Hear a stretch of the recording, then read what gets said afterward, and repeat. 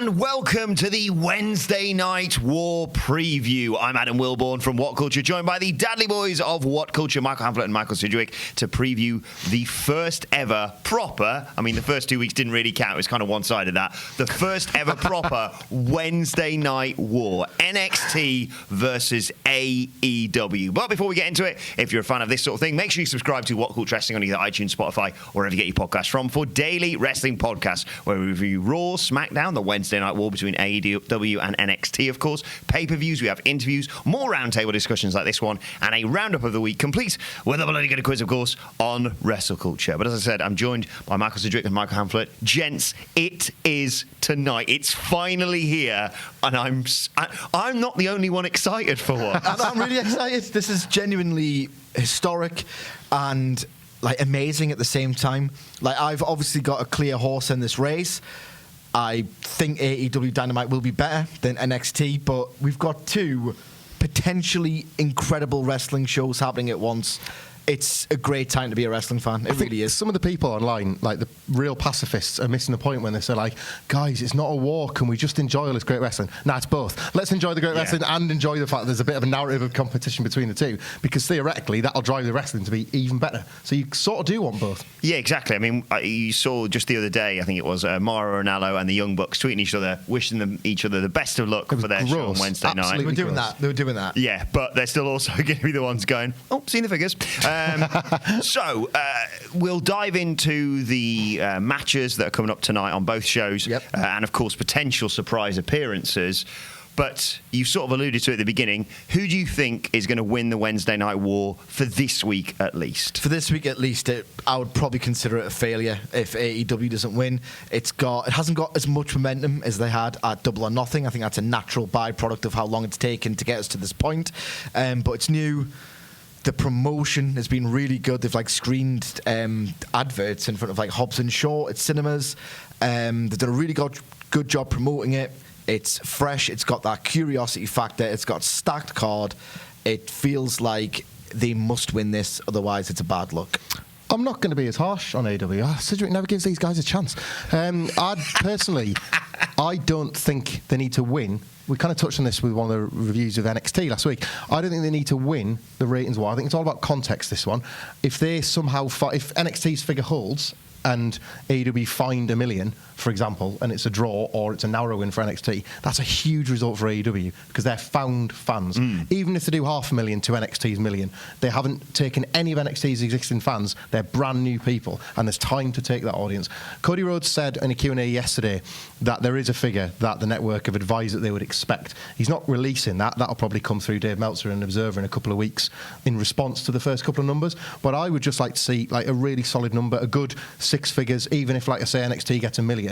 You've got to look at that as a rampant success because they have proven that people exist that want to watch something else other than WWE's offering.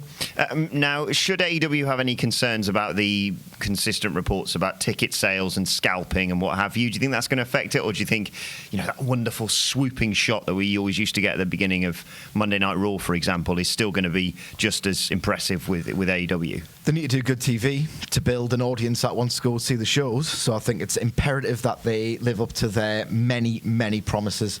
Otherwise, it'll be such a jarring contrast that'll be memed to death if, for example, it looks might not necessarily be, but if it looks like there's 20,000 on this big opening night, and then as we head into the spring and summer of 2020, the ticket sales aren't that hot, and they start doing shows in the Hammerstein Ballroom, that might affect the narrative somewhat. How much the narrative actually matters, I don't know, but it's crucial that this does well. It's bizarre that this show in particular is the one where the tickets are going for half the price on the scalper sites. You would think as a first. I can understand in the weeks to come, people would say, we'll just wait for them to come around again. But this one, I was assuming would be a legit sellout. I do. I think you always see old school things on Squared Circle of a ticket stub from the first Nitro or something. This would be. It is a gigantic venue. It's the biggest one they've ran. There's logistical reasons beyond that. I would have just assumed that the buzz would have been there. I will say, this has happened plenty of times before in wrestling history, and they'll paper the hell out of the destination today, Washington DC it is, isn't Yes. it? They'll be all out in Washington today. There'll be free tickets everywhere you go. They'll do their best to make it look full, and wrestling's really good at hiding those small pockets of the arena anyway. So I think they'll create the atmosphere of it. You mentioned there about winning potentially a ratings war. NXT's obviously got around sort of 1 million in their first couple of weeks, and we don't know whether that's going to be subsequently divided between AEW and NXT, or like you say, they're going to find new fans.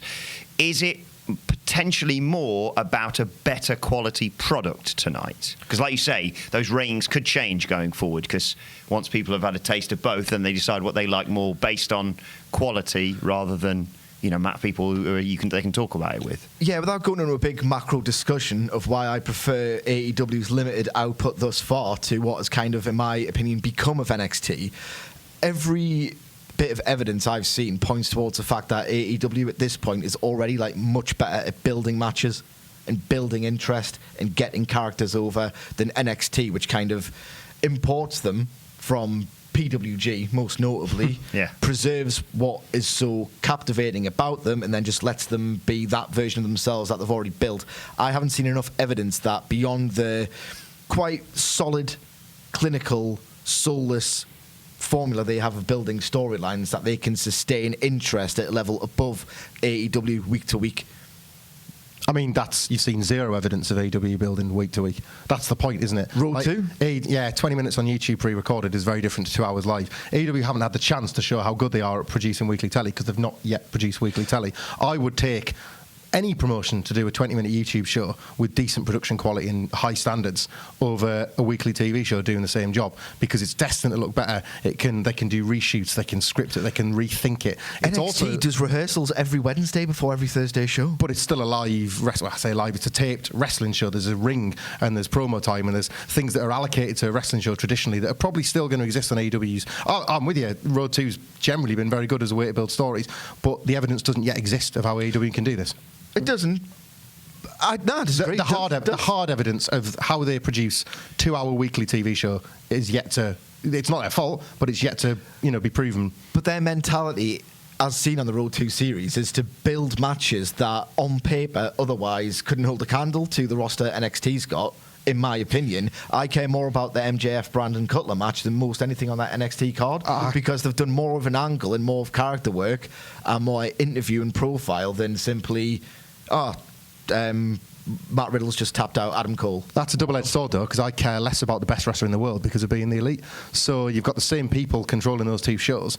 But that's a different universe. And on the one being the elite, that was close enough to Road 2, on which Kenny Omega starred, he had to rein himself in, play it seriously for the benefit of selling a pay-per-view all out, and he delivered that incredible promo against Jon Moxley. Yeah, I will give you that. He was superb in that situation, especially because he had to be, and he has to be against the wall. Yeah, and he has to be in Dynamite. Now you've mentioned there, obviously, the first couple of weeks of NXT, we've had almost zero promo time, aside from a little bit here and there from Kushida, and like you say, Adam Cole attempting to sort of get in the face of Matt Riddle.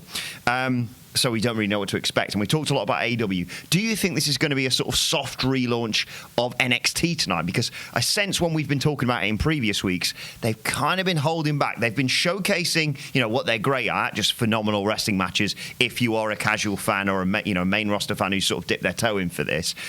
But I feel like tonight, they may sort of let it all hang out. They got Johnny Gargano appearing. They got Velveteen Dream not in a match. There's just the thing they've teased called the Velveteen Dream Experience. Are we going to see more of what NXT's really about tonight? I would say so, definitely, because the first 2 episodes have felt like they've kind of falsified the documents a little bit with the move to USA, haven't they? Really, they've had 2 free weeks to, admittedly, grab 1 million views on week 1 and take them over to week 2. Not a disappointing loss. However, the shows, for somebody that was maybe hoping for the best product right out of the gate, it was very apparent. I would say halfway through the second hour of week 1, it was like, oh yeah, it's all starting in 2 weeks' time, really, isn't it? So they've gotten away with these 2 weeks. And if they don't produce a show with big angles and big moments this week, I actually think this is their last opportunity of testing audiences' patience. I'd say if they don't do that this week, there's more chance that they'll see quite a substantial drop to Dynamite next week. It's been a bit of a stop-start thing for NXT. Like I said, not only because they're not going up against against AEW, but also because of that weird 1 hour on the USA Network, then due to Suits being on there, subsequently then the second hour being on the network. So they sort of had to finish the show and then restart the show of their own petty doing. To get in front of AEW. That's I've got no sympathy. Yeah, that's on NXT screwed NXT. You mentioned there some of the matches. What the matches you're looking forward to? Which match out of everything? We've got 4 championship matches. We've got some of the biggest names outside of main roster WWE wrestling here. What matches are you most looking forward to tonight? Across both shows. Across both shows. The main event, the 6-man main event of Dynamite. And I want to defend it. Maybe I will classify this as a noble failure of a decision to do an early reveal of LAX. I think this is that's the best way to put this. Through the optics of how this match was promoted, it's kind of a failure to have debuted LAX at All Out. It felt greedy, it felt unnecessary, and now the fact that they are, in fact, Chris Jericho's tag team partners, purely viewed through the optics of 2 mystery partners, it's going to be 2 CM Punks or CM Punk and Colt Cabana reunion. I think on that basis, maybe it was a failure, but equally at the same time, they've kind of told a nice story to get there. This reminds me in a weird way of when Chris Jericho back in WWE picked the Big Show to be his tag team partner. I think a lot of people were looking for like a surprise or a protege to profile a new star when they desperately needed one back then, and yet he picked Big Show. And I think it was in an interview with Power Slam magazine. He was pressed on this and was like, well, why was it Big Show? Because that felt uninspiring. And he felt, well, Chris Jericho, the character, why wouldn't I do that? Why wouldn't I get the guy who's the biggest, the tallest, and the hardest to do my dirty work, and then I can come in and sweep it? And this reminds me of that. Why wouldn't Chris Jericho pick the team that, away from the Young Bucks and possibly the Revival, is known as the cult, unknowable tag team who are like the unknown proposition who can do some serious damage and get him a win on the board? It feels like the optics have ruined this, but ultimately it's told a good story, and LAX are awesome, and this will be a phenomenal match. And it won't matter after tonight's show. It won't matter. No one will say, well, it wasn't really a mystery, because if they put on the match on paper they should put on, I'll have forgotten all about the fact that they were mystery partners and just remember the fact we've got 6 men putting on an instant classic. And it's great because if they get a win over the Young Bucks, they get a claim to a match at Full Gear, presumably. And if the Young Bucks win the tag team title, they're just creating story upon story here with this. And you've got more developments potentially with the Kenny Omega's losing streak. There's going to be subplots and everything. I think the match will be great, yeah. And I will say, I think AEW's one of their only major failures so far has been this kind of quite clumsy delivery of their message. They've had to clean up a little mess they've needlessly made by debuting LAX at the last pay-per-view. Why did they do that? This would have been fine as a surprise, or this would have been fine as them debuting and then on the night saying Chris Jericho's found his partners. Then, you know, there was 2 ways to approach this, and they didn't pick either of them. So they were left with a situation last night where they probably popped a little rating for the announcement as well. So they made the best of it, and I think that'll now be forgotten come showtime. And with this being the main event, if Dynamite's delivered and it's been a top show, especially so, you know, if Dynamite's been excellent over 1 hour, 45 minutes, and there's this 15-minute quality match left, nobody's going to care that 2 days ago these were supposed to be mystery partners. They'll just be excited about this buzzing 6-man. When it comes to, we'll come back to AEW in a second, but when it comes to NXT, 3 championship matches, on paper you should say, well, the NXT championship match is the one you should be looking forward to the most. But there's a bit of me that is looking forward to the other 2 matches, arguably even more. I think I'm all about Shayna Baszler and Candice LeRae. You know, I think that's flown under the radar a bit because it was set up in the first match of the first week of NXT doing it. There's a fabulous babyface heel dynamic between the 2 of them because you've got probably the purest white meat face in that division, and Shayna Baszler's like dominant heel matches have been a staple of TakeOver. She's so good at that, and I've worked myself into a shoot thinking they're actually going to have Candice LeRae win as a transitional champion for getting Io Shirai as there's the next women's champion. So after months of takeover matches where I didn't think Shayna was in any trouble, in 2 weeks they've made a believer out of me for this one. And theoretically, because Candice LeRae finds herself probably in career form, the match could be great as well. So I'd pick that probably over Cole Riddle. I feel like with the other 2 matches I know what I'm getting, and Shayna Baszler and Candice LeRae is the most unpredictable of the 3 title matches. Which match are you looking forward to on NXT? Baszler versus Candice LeRae. As Hampler points out, the dynamic's absolutely incredible. Candice LeRae is just matured as a performer in that branch. She's obviously been great before that at the perfect possible time.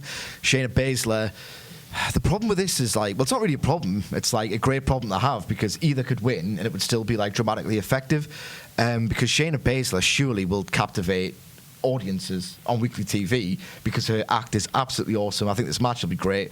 Riddle Cole, again, I think people are downplaying it purely because they haven't really upplayed it. They haven't really built it up as a match. They did like the shortest angle I've ever seen to build up a major 2 months into a championship takeover, match. this would be huge. Yeah. The usual NXT build to this would have made this massive. Which makes me think that there's going to be an undisputed style, like F finish. Like especially schmoz. with the reports of the injury to Adam Cole. The injury, I should say. But they're so good at it, and they're so creative with their like interferences that I think it'll be magic whatever happens. And I really am looking forward to Undisputed Era versus Street Profits as well for the tag titles. We should mention as well, WWE, or NXT I should say, have saved their ace for tonight. Johnny Gargano's in a match against Shane Thorne. Just be a showcase, that, won't it?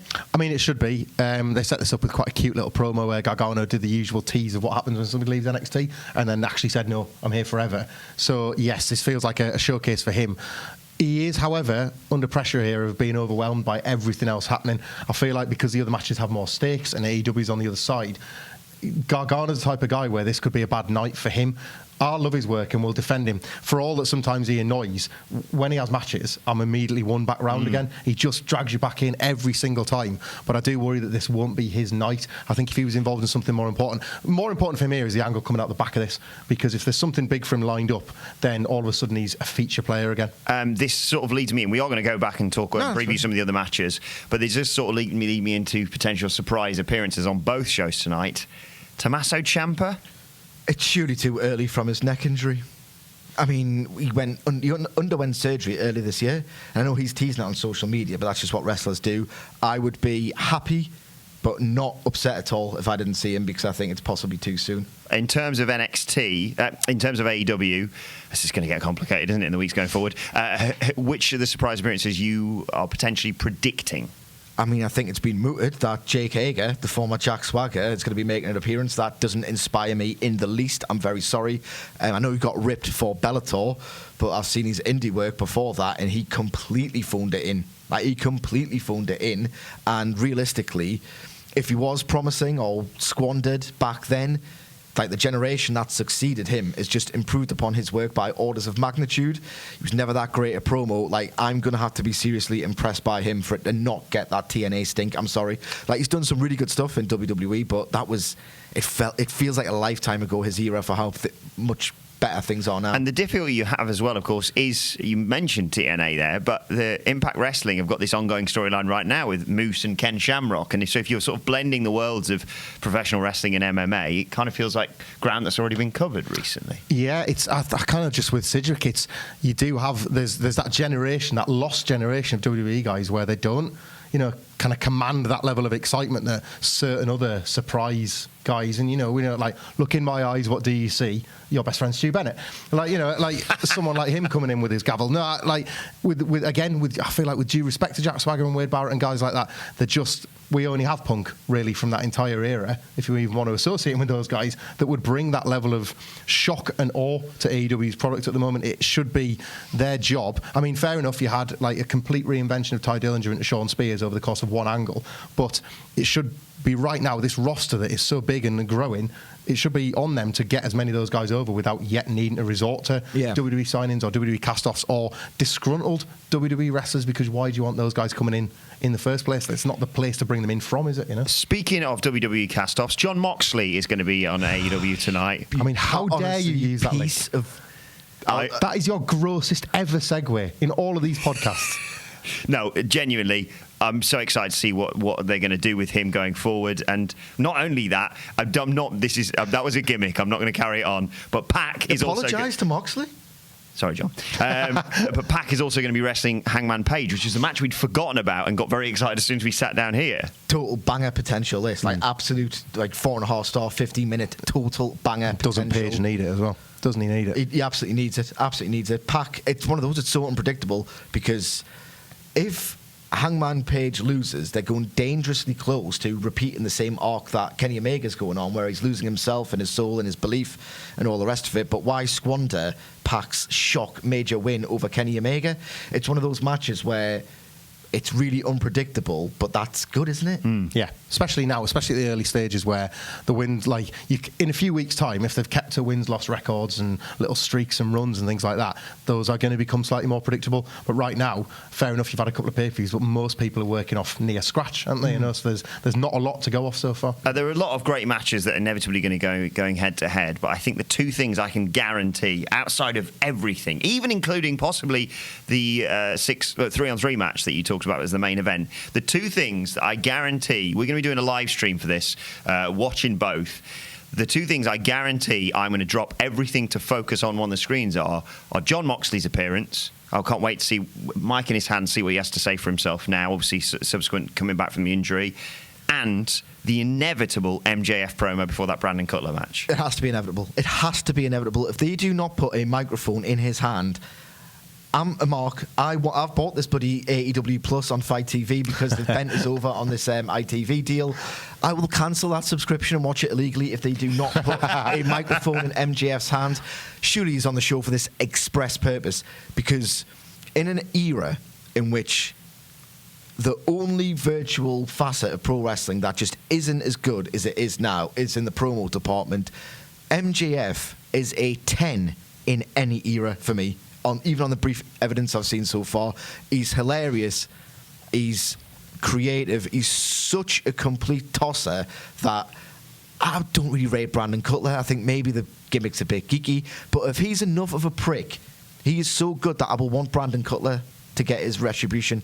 I mean, that's just the mark of a true heel genius, is it not? Far be it for us to book the territory on night one where they all know what they're doing, but MJF has managed to annoy thousands of Dungeons and Dragons fans on Twitter with this. So Cody will be thinking, well, maybe some of them will tune in. Like, he's such a good heel, an old-fashioned heel that kind of transcends the way that wrestling has changed over the past 30 years, irreversibly so, that the argument he got into with Brandon Cutler about Dungeons and Dragons, like, for the next day, kept popping up on my Twitter feed for retweets and likes, and you're thinking, well, maybe there's some crossover appeal there. Maybe you've dragged some people out of the cold and brought them back into wrestling's like comforting arm, and he's going to come out and earn like a punch in the face. Like, I would book him to get beat. Personally, I don't think this is the time that you need to get MJF's winning streak going, because it's not going to damage his promo game. No. And if we're relying on wins to propel guys up the roster, this feels like a bit of a freebie. You know, it could service the ongoing storyline with Cody as well. Like, if he's losing matches because he's too much of a tosser, that he's bringing out the best in his opponents, and yet he's kind of cozying up to Cody still and asking for opportunities, that could be the premise for the tension between them. Lots of narrative possibilities. jumps the queue when he turns. You know, yeah. We also have not mentioned the AEW Women's Championship match, the inaugural AEW Women's Champion set to be crowned. Nyla Rose versus Riho. By the tail of the tape, it should only go one way, this, but we've already seen this happen in a triple threat before, and Riho got her arm raised. It's only just now that I'm actually noticing the symmetry between the two women's title matches. You know, the risk of the same story being told twice. In a way, I kind of hope they're going head-to-head so you can only watch one at once, because depending on where they land in the show, if you happen to be channel hopping or flicking between or splitting your screen between the two viewings and you've already seen one story told really well, it might then feel like a rerun, but none of us know that, and none of us know how the show's going to play out on the night. I think on paper the NXT one's going to be slightly better, but only because I know, if I'm honest, I know less of the work of Riho and Nyla Rose. Everything I've seen so far tells me the story's going to be brilliant. Jim Ross, to his credit, because he takes enough stick, did a really good job on, I think it was All Out, of telling the story of Riho, like, just to even get into this match in the first place, and they pretty much just need to do that again. If Nyla Rose doesn't win, I'll be very surprised, because they clearly seem to be going a long way with her as their first chosen choice for champion. Right, let's rattle through this whole thing then. You can give me your predictions very briefly. We haven't even had time to mention Velveteen Dream's experience. That is an astute move for them to do it. He's the one character who can really captivate me with a promo/angle, so the perfect time to do that. And I'm desperate to invest in someone from NXT beyond the soul emotion of excitement. Let's rattle through them then. Gargano versus Shane Thorne. Gargano. And it's sort of akin to that on AEW side. Cody versus Sammy Guevara. Cody, but they'll work into thinking Guevara's going to win. Yep, same. Okay, let's go through AEW's card for the rest of it now. Hangman Page versus Pac. You've sort of discussed this, but you're right. Page kind of has to win, but it feels like Pac is the one who has the momentum. He was so class at All Out. I'm going to go Pac for that reason, because I was worked into just loving him all over again. Pac, at the risk of diluting somehow Paige even further by having Omega have the more interesting version of the same arc? We kind of done MJF versus Brandon Cutler, but just for the record's sake, you're saying... I think MJF's going to win. I'll go Brandon Cutler. Nyla Rose versus Riho. Nyla. She's on the advert. Yeah. Riho isn't. Yeah. Yes, very good point. On the poster. Yeah. And in the main event, Young Bucks and Kenny Omega versus Chris Jericho, Santana and Ortiz, of course. I think where one of Santana or Ortiz will get the pin on the Young Bucks, thus setting up a match at Full Gear. I think Ortiz will pin Kenny Omega. I sense Kenny Omega might be the one to eat the fall here. Right, let's transition over onto NXT and the 3 championship matches. Undisputed Era versus Street Profits. Undisputed Era, and if I'm honest, I feel this is a bit of a dud. I think this is where NXT falls just behind. I'm sorry to have to say that to you in particular, but I don't feel like the Street Profits' time on Raw has served them very well as the tag team I enjoyed in NXT. So this doesn't feel unpredictable or particularly dangerous for some wartime booking. This feels fairly safe, and I fancy the Undisputed Era. Yeah, that tag division's thin. That needs to be resolved. Undisputed Era for me are surge to win. I really hope this doesn't go too long because they've kind of exposed Dane and Riddle by making it go too long. The same thing happened with Dream and Strong. Street Profits for me aren't as good as any of those acts. So, like, as long as possible, so it doesn't look like completely one-sided and decisive. Like 14 minutes maximum. I'm really looking forward to this. I'm a huge fan of Street Profits and, of course, Undisputed Era. But I'm inclined to agree with you. I think Undisputed Era has to win this match, has to hold all the gold going forward. I think the whole point of having this faction that hold everything that you slowly have to break down is a far more intriguing story than just, hey, championship on the first night, sort of thing. Yeah. Baszler versus LeRae. I'm going to go Candice LeRae. And I think that's quite fun to back the babyface in a match like this because it pulls you further into the story, Yes. doesn't it? So I'll go LeRae. I'll go LeRae because I think it's very like moment driven, the NXT booking, rather than like the emotional heft. I'm sorry, I will at some point, if they prove otherwise, shut up about this. So I think they'll go for the big moment of the title change, and there's only one match in which that makes sense. So yep, Candice LeRae, new NXT Women's Champion. If you'll allow me, I mean, if there's ever any time we can go into fancy booking territory, it's today. I say Baszler retains and Asuka comes out. I think that's what potentially could happen. They've kind of not really done it. They've done the bit of the Kabuki Warriors and then the bit of the Kabuki Warriors. I think... I just heard Michael Sidgwick cancelling his Fight TV subscription again, all of a sudden out of nowhere. That would be my big sort of I'm a massive hypocrite moment of the week because I don't like the person just comes out on stage. New Japan can do it at the end of the big shows, but NXT can't do it because it's a different standard. But if they do that, just simple, an exact repeat of what they've done 2 weeks ago of comes out, stare down, it doesn't need to be any more than that. That will get me massively hyped. It retcons Asuka's entire WWE run, doesn't Well, it does. The two biggest like kayfabe achievers in entire history of the brand going face to face. That would be amazing. And I just the only reason I say that alongside all of that is the fact that I kind of feel you look at main roster WWE aside from the women's tag titles, and they've got those circles with Becky and Sasha and Charlotte and Bayley. You've got enough stuff there to go for a good few months. Yes. And you need someone else to potentially really. I mean, Candice LeRae would be great. I think she won the title. I think that could easily happen. But just for the sake of fantasy booking. Finally, Cole Riddle. Yeah, Adam Cole. Shenanigans. Yeah. Riddle doesn't need to be in a big loss like this because he's kind of flown under the radar lately anyway. And I do think, I'm not going to go with the Asuka one, so I do think it's Tommaso Champa, but I think it's a bit more of a passive thing, just walks out on the ramp, gives Adam Cole a scary look, and it's that kind of nice surprise rather than something that's going to blow your socks off. Yeah, I do the little wave or something like that, but yeah, Cole to win. Yeah, I think Cole's going over via interference from the Undisputed Era, but they're so good at it. Like I've got that memory of Kyle O'Reilly just gouging Johnny Gargano's eyes out at TakeOver. As if his hand was made of mace. Yeah, it's just completely burned into my memory. They are incredible at this. They are the only people in North American wrestling that I will vaguely accept doing a schmoz finish because I'm sick to death of them after 20 years, but they're great. So I expect a really good match. It's not quite TakeOver level, but really good with a great creative heel finish. It's when they come out to the ring and it's only then that they decide what they're going to do. You see the heads moving really quick because they're having to plan on the fly. They look like sort of old villains from like an old sort of like silent movie or something like that where they've got to project as much as possible. Right, how are we going to get them now? Right, you go over there, something like that. I think it's a really captivating visual because it adds, did it in the Strong wrestling dream match as well. It does create a lot of tension in that last couple of minutes, and I think, yeah, I'd like Cole definitely to win still. Regardless, I cannot wait for tonight. We have been counting down the days. We've had this date ringed in our calendar for months now. It's very, very exciting. Let us know your thoughts ahead of tonight's Wednesday Night War. Who do you think's going to win? Let us know in the comment section below. And don't forget to like, share, and subscribe. And subscribe to WhatCulture Wrestling for daily wrestling podcasts too. Plus, you can let us know your thoughts on Twitter at WhatCulture WWE. And watch there. Follow all three of us. You can follow Michael Sidgwick at Sidgwick. You can follow Michael Hamflett at Michael Hamflett. You can follow me at Adam Wilborn. As I said, follow us all at WhatCulture WWE and join myself, Adam Cleary, and Adam Nicholas for our live stream reactions to tonight's Wednesday Night War on WhatCulture Wrestling's YouTube channel later on tonight. This has been the Wednesday Night War preview. My thanks to the Dudley Boys. Thank you for watching, and we will see you soon.